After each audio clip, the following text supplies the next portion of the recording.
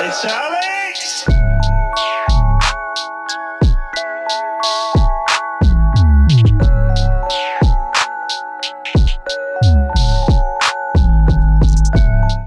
Well, it's episode 242 of View from 202. Sam is still out. He's living in a big, giant vat at the hospital for special surgery. I'm kind of jealous, to be honest. I've always kind of wanted to live in a vat like that. Full submersion, just in healing goo, healing gel. And he's going to get a new Achilles tendon, right? Yeah. He's just a couple of days in the back to tank. They've harvested a couple, they have a couple extra ones from Surgeon Goma lying around because, he's there every week. He was born there, actually, So Sam's going to get one of repurposed ones because he doesn't need it to, be an MLS athlete. He just needs to be able to do a Sunday league with us. So for that reason, he's still out. So it's the three of us. There was a weird, Neon Genesis Evangelion reference that I could have tried to make there, but anyone who's watched the show will just make the reference themselves by me saying You know what? What else are we going to talk about this week? Indulge me. What's the reference?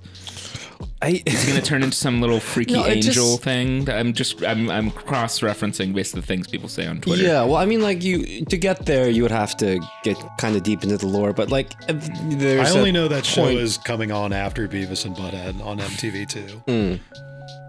Or am I mixing that up with It's like an Adult Swim thing, I think, maybe. Adult Swim? Maybe. Okay. It might have been on MTV2 also, but never watched a minute. But there was a weird clone kind of thing where they just kept recreating someone's mom, and that's kind of where we're getting Surgeon Goma's hamstrings muscles from or something. Wasn't there also a hybrid... Oh, wait, no, I'm thinking of Full Metal Alchemist, where there was a hybrid human-animal thing going on.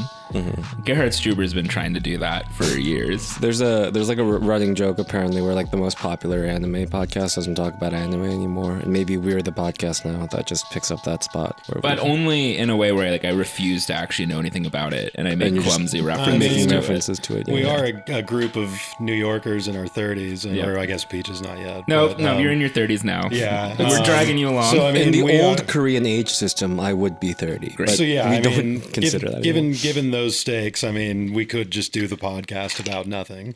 Yeah. Oh wow, that's so true. In the parlance of those times. Mm-hmm. Well, the three of us are here, I guess, to talk about the 1-1 draw with Houston.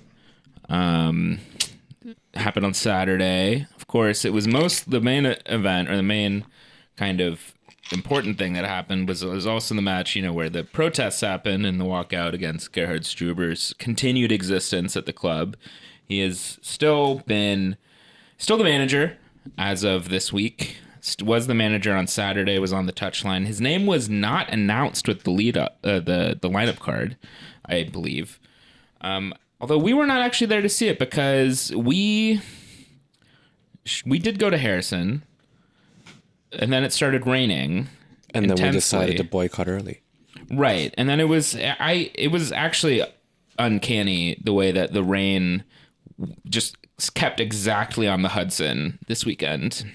I would have never known it was raining if I didn't go over. Yeah, if you looked at the radar on Saturday afternoon, it was literally bordered on the Hudson. There was a force field. Yeah. I don't know if that's a microclimate thing or what. It lined up where I actually was able to go over a couple hours early too to regular tailgate time. But then of course, I guess this is 2 weeks in a row where the Cosmos is no, you're not going to be early to a game. You're not fair one way or the other. We're going to make it rain so that you're actually standing in a puddle. Because it was raining enough where my shoes got properly wet. It was hard to find some dry ground there. I'll fill some time talking about this as well. I was able to come over because biggest dub of the week for 202, other than Barca Ehrenreich on Sunday, is I was doing a transportation themed scavenger hunt all Saturday leading up to this, where your boy won first place convincingly and won annual city bike pass for the year. Actually, wow. Pretty decent prize.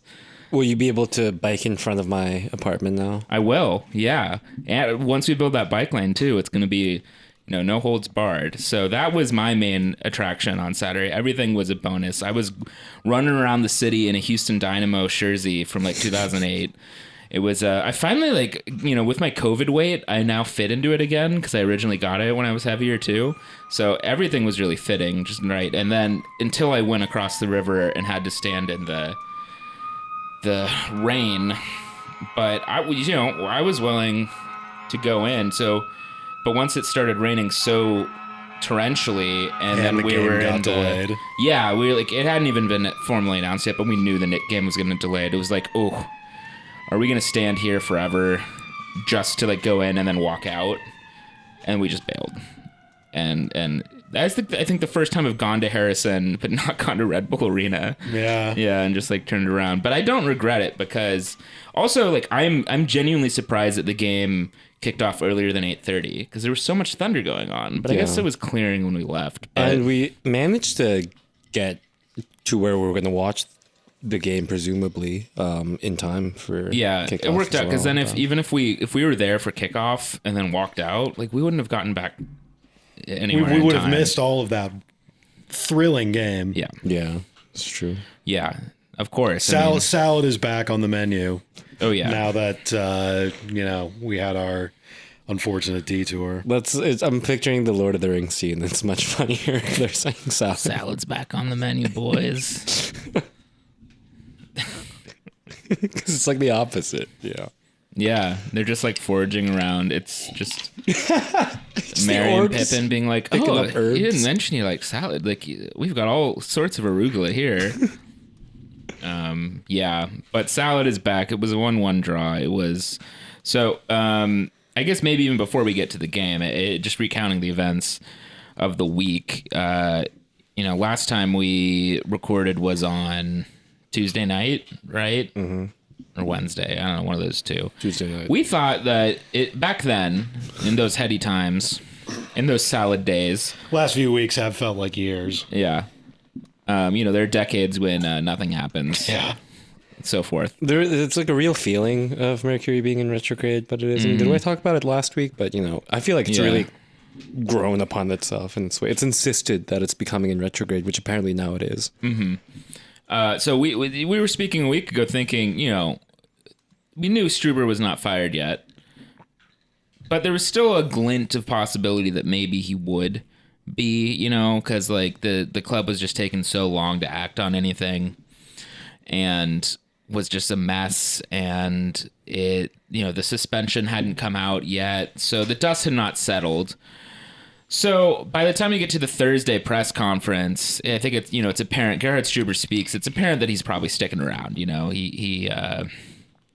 Dante Van Zier gets a 6-match suspension, which awfully light. If you ask pretty much anyone, they seem to agree that that's a very lenient suspension for the issue at hand.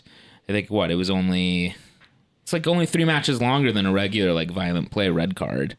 It's gonna pass like it's nothing. Yeah, there are a few different. I can't remember specific examples, but there are a few different ones that people were throwing out as far as comparable length of games compared to much less offenses. Yeah, Steve Zakuani came out the woodwork and said, "I can't remember." Oh, right, it's less about than the Brian Mullen what thing. Brian Mullen 10 got games. for breaking his leg. Yeah. Which was just an accident, wild. And I mean, so much of the Van Zier thing, and the idea of like, oh, what should happen with Van Zier is just like, kind of like isn't that compelling to me, just because like, I mean, the pure factor of like, I don't know you, like, Yeah. I mean, he had just shown up. I mean, mind you, we know a little bit about him now, certainly, but it's, I have no real feelings about. I mean, I do have a feeling that if he comes back, I think that will be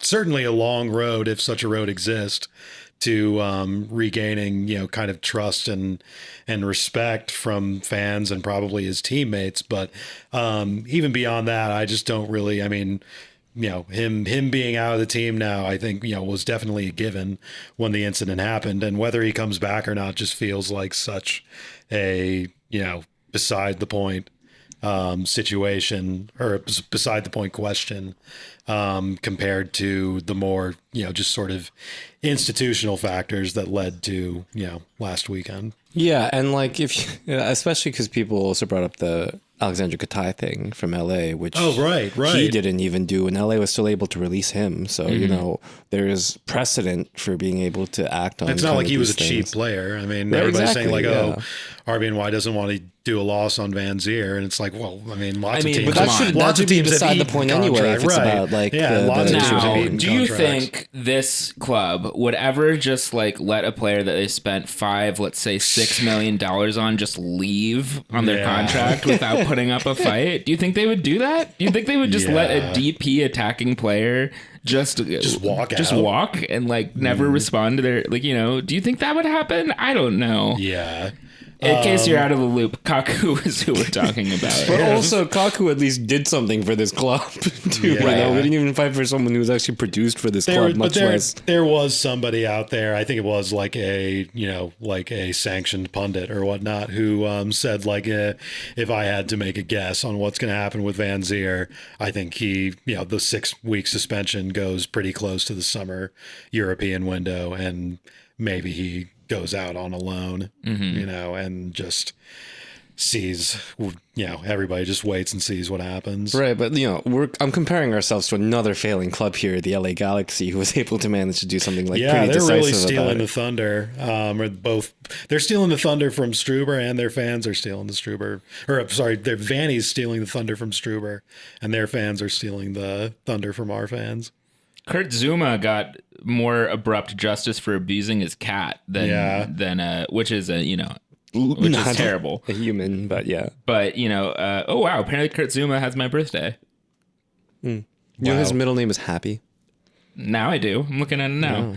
But so not very happy when you kicked his cat. No, and suffice it to say, there's been a general just like vibe coming from the club where it's like, oh, what do you want us to do? Like, we're waiting on MLS. It's like, you can just do shit on your own. Also, it's really because this week has really coalesced the issue being Gerhard Struber, not, I think for like the reasons Cork was outlining, not really about being about Dante Van Zier, but really highlighting how he exacerbated and made the situation so much worse. Like, this would have gone so much differently if Gerhard Struber just immediately subs him out and says forcefully or determined or clearly after the game, like, I'm taking this allegation seriously. I'm going to hear Dante out, and I, know and trust him, but we're going to see what's going on. But I take it seriously, so I removed him from the game because that kind of behavior is not acceptable on the pitch. And I encourage and I'm looking forward to investigation of the events. That opens so much more space for people to potentially go, what actually happened here? But instead, his total abdication of leadership and sort of hostility by omission to San Jose, Luchi Gonzalez has made it so much worse, made the club is completely rudderless the whole week. And it's, I think, really reflected by the fact that there's also kind of the thing of like, oh, what is the club?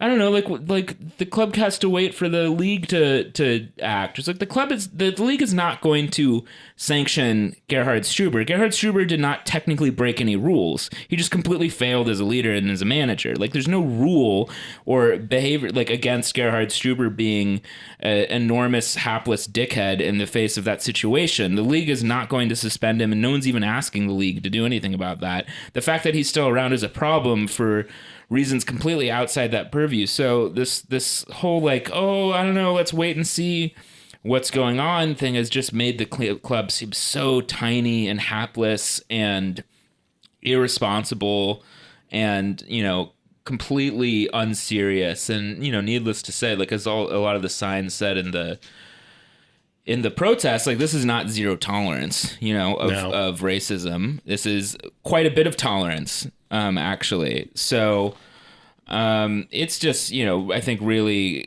continued to reflect the rot going on at the club right now, and it's just really embarrassing, really unacceptable all the way around. Just to borrow last week's title again, and I think it's really consolidating, or it's really become apparent how Gerhard Struber really is both the reflection and the source of, you know, so much that's going wrong with this club. And then, you know, it perfectly lined up, you know, that Saturday was a perfect example of how he's also a quite bad soccer coach too. And his team is not good at playing soccer anyway. It's not even like you're defending, like, you know, Carlo Ancelotti or something, or like Zidane here. Like, the guy doesn't even know ball. And yet he's still got the complete club around his neck. And apparently is just untouchable. Like, you know, what is even the holdup? Dietrich is dead. Who could possibly even fire this guy? You know, left if Mintzlaff and you know, and Jochen apparently aren't willing to do it. Like, who are they scared of?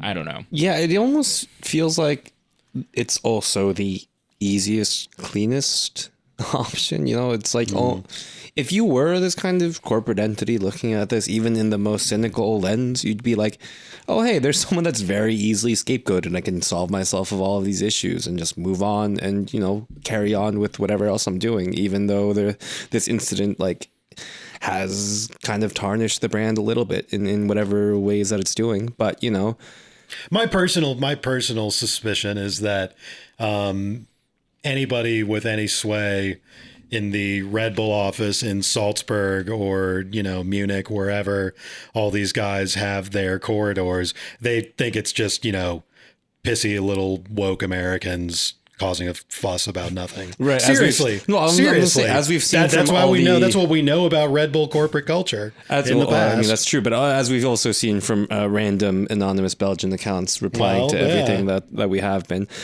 I mean, beyond that too, it's just like, I just, you know, just do not understand. Mind you, to make it clear, I don't think that Gerhard Struber is very far outside of that sort of, you know, atmosphere of thought that I just laid out. I mean, clearly based on the way that he's dealt from the center of that world. Yeah, I mean, clearly based on the way that he's dealt with the situation and the way that he continues to speak on it as though it's something that he has to get, like, we have to get over and overcome. He doesn't understand the severity of the issue. He doesn't understand kind of like what's at play here. Obviously he doesn't understand why the supporters felt the way that they did coming out of his meeting with the supporters, almost bragging about it, only for it to lead out to this. The first time I think the South Ward has walked out in the whole. Well, and I think that what you were just mentioning is key too, because I mean, yeah, Struber, to the extent that he's done any public apology yet, there was in the Houston post-match press conference the other night, he referred to him apologizing to the supporters groups a few days earlier, kind of in a context of like, I already apologized, so that's over with.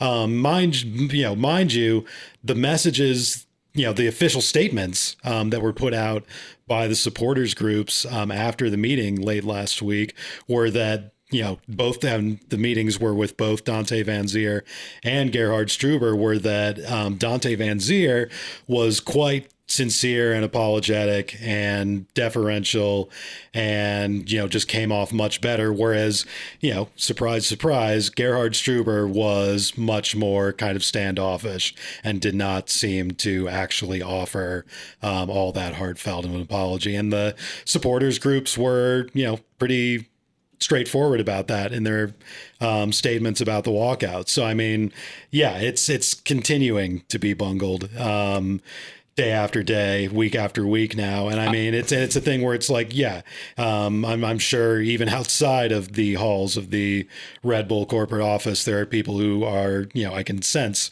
and hear in some places, there are people who are just like, oh, let's just, you know, move on from this and stop, you know, trying to hurt people or hurt the club or whatever. And it's just like, I mean, if this is just, you know, the stasis now, if he's just going to try to entrench himself in and say, well, I apologize, let's heal now. It doesn't sound like, you know, the people who were in the room for that last week felt like that was what happened at all. So Yeah, I think it's just a situation that's going to continue to be corrosive and toxic as long as it festers. I mean, shit. I mean, what you think? I mean, the team's in 12th place now, almost 2 months into the season. It's going to be, I mean, I was saying this before the incident, it's going to be such a slog the rest of the year, even if the team starts putting wins together. I mean, this is just going to be an ugly fester all through the summer. I mean, unless the team just goes undefeated. I mean, I don't know how anybody can expect that to start to take root based on the football we've seen the last few weeks, let alone what's happened off the field. Yeah, and his initial response has always kind of been so like bungled. And we're talking about this. The first press conference back when he's talking about, oh yeah, this is my first time dealing with a situation like this, which first of all, even if this were true, right? And this were the case, right? It's just like inexcusable to deal with it the way that you It's did. not an excuse. Right. Yeah. Like that's not like, I'm sorry, officer, I didn't know that. A grown man in 2023 should know that, yeah, people aren't bullshitting around. Like adult professionals are not bullshitting around when they tell you somebody was being racist. Or to take the situation with the severity that it needed to be. Right. Yeah, as a grown man, you're a grown man. But beyond that, like to his resume as kind of like, you know, we know that racism rears its head everywhere, kind of at all levels, wherever you are, you know, like for him to not like probably have dealt with this kind of incident as a youth coach or anything like that, dealing with a whole bunch of people, especially who the diversity of people who go in and out of Salzburg and things like that. I mean, surely, I mean, like there's no way that these kinds of things don't pop up here and there, but you know, like even if it were your first time, inexcusable, like crazy, like thing to even bring up. I think in this regard, besides just like, I'm sorry, I handled this poorly.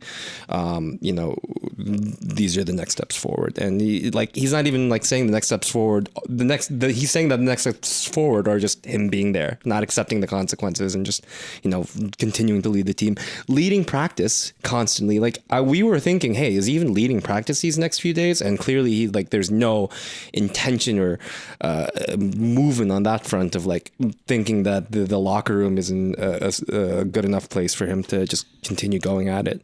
You know, to even after the incident happened, Sean Neal has said that, you know, Dante Van Zier, whatever he said, or like will have a long way back to the club. Yeah. But it's just like crazy. It's crazy that this kind of like rod is being let to be set in, and you know we're seeing it in front of our own eyes. There's nobody to blow the whistle anymore. I mean, or everybody that has blown it, and nobody cares.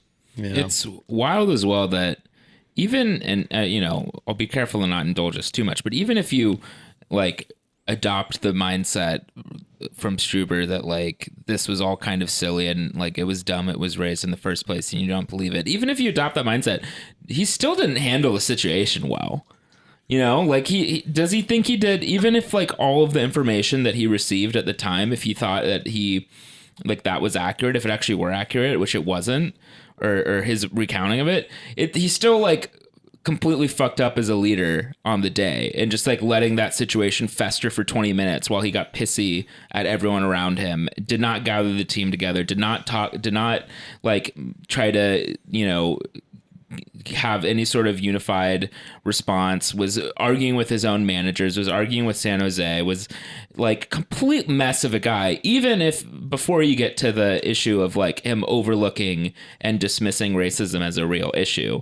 So it's like complete malpractice, complete incompetence, that it's like, how is this guy even run practice at all, even on a regular day? I mean, evidently not well, because it doesn't look like his players have ever practiced with each other. Yeah, you know, they look like strangers to each other. And it's it's really, they also get injured a lot during the week. Yeah, while we're talking about things that happen in training, but a little bit of a sidebar, right? You know, it's like it doesn't seem like you know, anyone is particularly motivated to play for this guy, or you know, get back healthy from right injury. I mean, I wouldn't be, Jesus. But yeah, it's and the damage is so lasting now. Like I don't think, I mean, as long as this guy's around, like I'm not gonna be, it's like I can't focus on the soccer. No.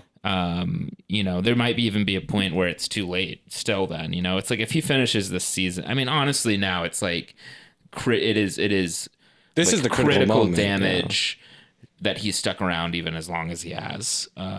Just because there's no pride, no standards, no values at the club whatsoever anymore. It's head to toe embarrassing. I think it's close to being terminal at this point. We have an away match this weekend, so it's sort of kind of avoids the question for another week, but it's like, I don't like, are the supporters groups going to show up next week? I don't know. That's for them to decide. That's for them to vote on. Am I going to show up next week? I don't know. It's like, do I want to? Not really. Is this, I certainly am not going to renew my season ticket. Might try as hard as I can to get this current one refunded or cancel it. And I think if anyone else is considering that, I would encourage you to do the same, because it's just really, embarrassing and just bottom of the barrel stuff from the club here. And it's like, you can't possibly have any confidence in this club after this right now. It's like, what do they stand for? What are they here to do? They're not here to be a positive community member. They're not here to have zero tolerance over racism, and they're not here to win soccer games, even if you don't care about that stuff. They're not good at any of it. They're here to cater to the whims for a megalomaniacal, racist and most generously just like racist, apathetic to racism guy who doesn't even enjoy being here and doesn't even want to be here longer than this season probably. So it's all of that just to serve that guy. It's like the way things have rotted has been terrible. I mean, I think Eric Friedlander had a good tweet this week as well. It's the theme that we've said on the show a couple of times too, just speaking more to the soccer side of it, that Struber's most biggest accomplishment really is getting fans of this club, or some fans of this club, to accept mediocrity. And it is wild. And maybe it's just been a battle of attrition, because even looking back to like the Armis struggles, where the quality of the club and play and results was dipping, there was still very much a sense of like, oh, this is below where this club has been for the last decade. Now, Gerhard Struber is like, oh, we generated a couple of XGs for a little bit, so I'm happy with my boys. And people are so starving for anything. They're like, yeah, you know what? We did have 5 shots this week. And it's just so embarrassing to take a step back to be like, oh, this is where we're at now.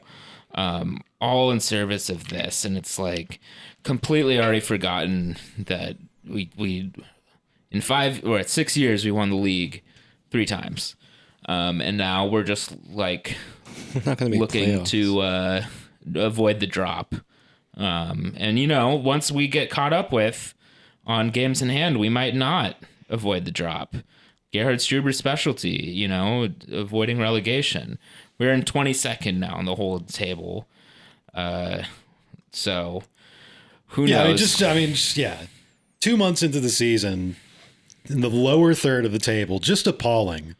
I mean, just in pure soccer terms, especially in the context of a manager in his 3rd year, especially in the context of that manager supposedly making a power play and getting everything, his porridge exactly the temperature he wants it the last few months.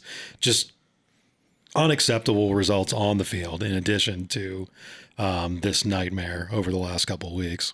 Yeah, and you can't be bad at your job and ugly. It's like the soccer is just so ugly too. It's just so not fun to watch. There's no kind of direction. The players look stressed. The players look labored. The players look at times. And like Brit said, and like we've said frequently the last couple of years. I mean, when this team gets on the ball, it is like they have never played together before. We had better link up when we had that one random pickup game after Barca Ehrenreich. Yeah. I mean, it's just the team there's nothing energizing about team right now. I mean, it's just facts. I mean, I said last year, like, it seems that the chemistry gets worse and worse as Gerhard coaches, but we've started at such a low point now that we've just been at 0, right? I mean, there's the again, we're let's go back to calling it Struber's advocate, because we keep having to go, okay, let's just the most charitable possible interpretation. So for that right now, playing Struber's advocate, the most common One is that besides that, the XG's looking all right, which Eric Friedlander also said. I mean, had a few good tweets where it's just kind of like, I mean, XG will generally pick up and accumulate when you take all sorts of bad shots all game long against teams that are just bunkered in because they know we can't break them down. But anyway, putting that aside, the main Struber's advocate case is that the team has been dealing with injuries during this first stretch of the season, most notably Lewis Morgan. And but the counter to that is, we were told that we had a perfect offseason, and Struber has been smugly telling everybody that for the first time since he's been here, he has a full deep squad. So I don't know. I feel like you're supposed to be able to work with that theoretically. And then the other thing is also, even when we have had Morgan and Luquinhas and, supposedly most of the team in place, either, the last couple months or going back to last year, the team still looked like shit. There's nothing about what we've seen other than the racism. There's nothing that we've seen about this first 2 months that's any way distinct from how we looked the last few months of 2022. This all fits the quite concerning pattern of this club's play for the last year. And, the cherry on top is that, we apparently are so, completely unmoored and blinkered and completely, subjugated to the quest of building Gerhard Struber's resume that, we're, just going to let him, protect a player saying a racist slur for 20 minutes and let him, kind of, he literally attacked fans last weekend, but, just kind of toy around with the fans and press and whatnot, and just generally, stick around and, continue with his job like nothing happened. So I'm stealing. It's certainly a spicier salad than a couple of weeks ago, but the salad theme has become quite reinforced. I'm stealing this joke from Twitter, but Gerhard Struber, to his credit, and playing Struber's advocate here, was able to add to his offensive arsenal this racist tactic. So, yeah, the only thing offensive that the team can do, as. But even then, he did it by doing nothing. He did it by doing an action. Right. It was. But that's actually the only time he hasn't subbed out a player for creating offensive material or being offensive on the field. Most of the time he gets subbed out immediately for that. But any kind of lineup you do, right? Yeah. Dante found a way to stay on the field. Oh, that 1-2 chart. No. That was crazy. The 1-2 chart with the... Yeah. We have the least do not play 1-2s at all. Which we've seen, we know this about us, but to see how little we do it compared to every other team in the world. Well, and just to go back to the subbing strikers thing, Corey Burke again looked like the best player on the field and got subbed out at half. Right. Houston showed up without Hector Herrera because he got a red card in the 95th minute the week before. Had pretty much no intention to really play the ball, let the Red Bulls have the ball. So, in a way, even though it's a low block, this would be one of the better scenarios to see, all right, how are they practicing moving the ball around? Gerhard at the top of the presser was like, oh, yeah, it's what we expected. Houston played a low block. Still nothing. Just salad. Nothing but salad. Major league salad. And still no goal from the run of play. It was a... corner, Omir Fernandez scored it, which is why. How did Houston let that happen? It was really wild. And then gave up another goal on a mistake. So not even being able to stay clean at the back. Really just kind of failing on all cylinders. What is the point of keeping him around especially when there's so much baggage now? It's really insane. It's like it really just no one is home. No one must be home is the only thing that makes nobody sense. with contingency plans, nobody with managers in mind to come in and take over immediately. Which you would think one of the benefits of having, an ultra corporate setup like this is that you would have that kind of stuff and you would be able to move fluidly when something like this happens. But apparently not. It's just Gerhard Struber's little, camp for his boys out here. It reminds me of when Thelwell joined, and by the time he joined, I was desperate for him to fire Armas. Kind of like I was fully Armas out by that point. But then I was left waiting for a bit. But he was giving interviews that was saying like, oh, really, we just got to like build out sort of the redundancy and depth at the club. And like he like mentioned like, oh, we need to like have plans and like dossiers of like, people we'd want to recruit and stuff, like indicating that the club had none of that. And, maybe reading between the lines, like part of the reason, even though we just ended up going with the interim anyway, is that like he felt there was nothing there to even like keep the lights on if we did fire a manager or something. Right. Like that. He like had to do basic just infrastructural stuff. And then now he's gone. And, seems just by inference, it seems like we've decayed back to a situation much more similar to that. I will volunteer to the club to reach out to the Gusudink Museum in Korea if we need to find the caretaker manager. He has a museum. Yeah. In Korea? In Korea. Wow. For his World Cup efforts. Or, I think a big fan favorite, bring Thierry back for a caretaker manager. No pressure, just let him cook. Chris Armas has familiar with the system, familiar with the area. And then also, it knows the Wi-Fi password. Yeah, God, in some places. This is the more obvious and sentimental one, but obviously, and I think Capo Steve made a post to this effect. Hans Baca, obviously. Hans Baca, yes, but he, Steve also acknowledged that this is fairly pie in the sky, but the rest of what he said is 100% true. That the one person who could actually, fix and heal a lot of the wounds and just come in and immediately get people back on board and put some juice behind the club again is Jesse Marsch. Mm-hmm. But the probability of that is probably quite slim. I'll take Dusty Baker. Buck, let's see if Buck wants to do double duty like Gus Hiddink. Oh my God, yeah. That'd be sick. It doesn't even have to move. I'd be down. Yeah. I'd be like, how hard can it be? It's like the rule book is so much shorter. We can go for it. Yeah. Well, yeah, we're playing Montreal this weekend. Good thing we didn't end up making that trip. I know, right? Although more fun actually, by not going to the game. It actually could have been nice if we're like, fuck it, we just got like an entire afternoon back. Yeah, exactly. That would have been nice. But Montreal is one of the only teams in the league who's doing worse than us right now. So, I've given up my hope really that there's a true bottom to this. But if they were to lose this weekend, we're talking like proper bottom of the league territory. Like that is like worst of the worst. Yeah. Look, it's also Battle of the Tyrants with Lasada. Oh fuck, I forgot that he's there. I'd been looking at the table, and in my mind I was like, oh yeah, they must just be rudderless like after Nancy left.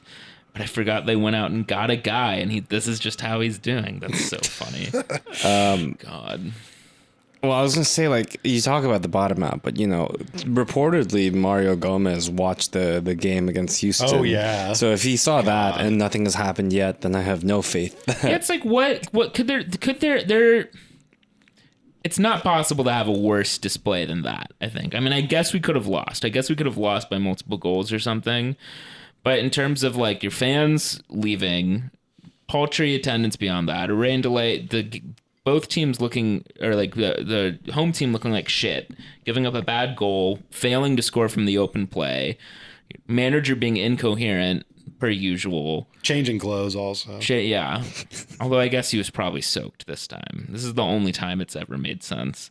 But yeah, what else is left? He did wear a cool coat. We have to admit that. His little like Sergeant Pepper's coat or whatever.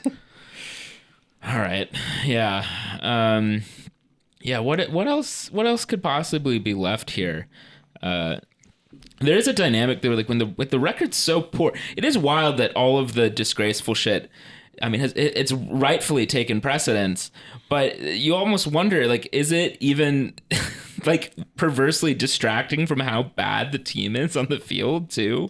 Like, it seems like the club has dug in its heels now, where they haven't fired him, and now they seem sort of insistent, maybe a little stubborn, that maybe they feel it'd be weird to do it now. But now they're stuck in a point where they're being stubborn and immature about not firing him, even though he's losing it or dropping points every single week anyway. Where it's like, look, maybe they feel like it would be embarrassing to fire him for just being a bad coach at this point, and that they feel like they've made a commitment. But I think that's probably overstating it too, actually, because I think that the most likely scenario is that just simply no one is home. No one knows who has the key to the safe where you press a button to fire the manager anymore. That was just lost at some point. They're kind of hoping he would just leave. But it's rough. It's hard to imagine a future for this team.